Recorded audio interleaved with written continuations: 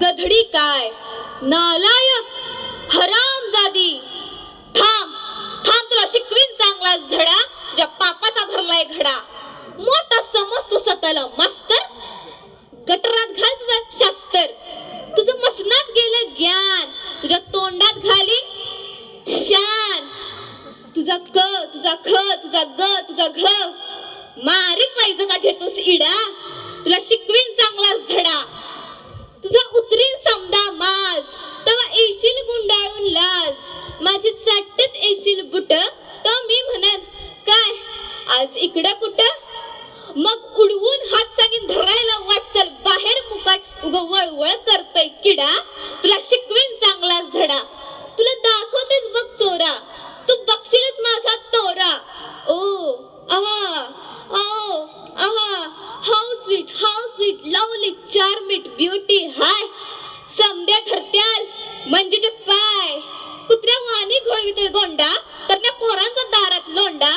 हाय Manju, hi Dilip, hi Manju, hi Philip. Manju ben केम छो, how do you do, come come go hanging garden. I beg your pardon.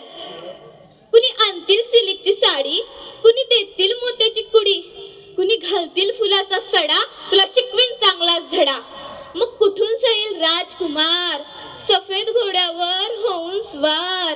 नदरला जेव्हा नदर भिडल, झटकन माझ्या पायाच पडल. म्हणाल राणी तुझ्यावर झालो फिदा, क्या खूबसूरत कैसी अदा. माग माग काय हवं ते माग, प्यारी माझ्यावर धरू नकोस राग. मी मात्र गावठीच बोली, मनाची गाठ हळूच खोली. गालावर चढल लाजेची लाली, नंतर जाईल अलगत खाली. म्हणेन त्याला हे काय असं, लोकात उगाच होईल हस.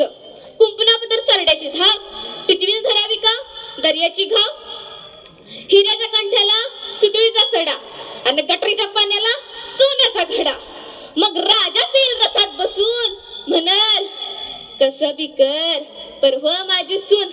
हे दरबारी धरत्याल मुठीत नाक, म्हणत्याल राजाचा मान तरी राख. हे तोरण बांधण रांगोळ्या काढा, त्या अशोकाला शिकवीन चांगलाच धडा. मग मंजू म्हणाल महाराज त्या अशोक मास्तराला बेड्यास ठोका. शिष्याचा रस त्याच्या कानात वता, लखलख सुरीनं गर्दन छटा. महाराज म्हणत्याल भले हुशार, धाडून द्या रे घोडेस्वार. हा हा हा हा हा. जर राजे शिपाई धरत्याल तुला, म्हणशील म्हणजे सोडीव मला.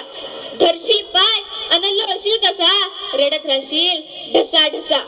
तुझा ए, तुझा ओ, तुझा न, तुझा न, तुझ्याशा वस्कन अंगावर येणं. भोग आता तुझ्या कर्माची फळ, तुझी चुरचुर जिभेला कायमचे टाळ. महाराज म्हणत्याल ह्याची गर्दन तोडा. मी म्हणन जाऊ द्या गरीबाला सोडा. तू म्हणशील मंजू देवी तुला आलो मी शरण. मी म्हणन शरण आल्यावर देऊ नये मरण.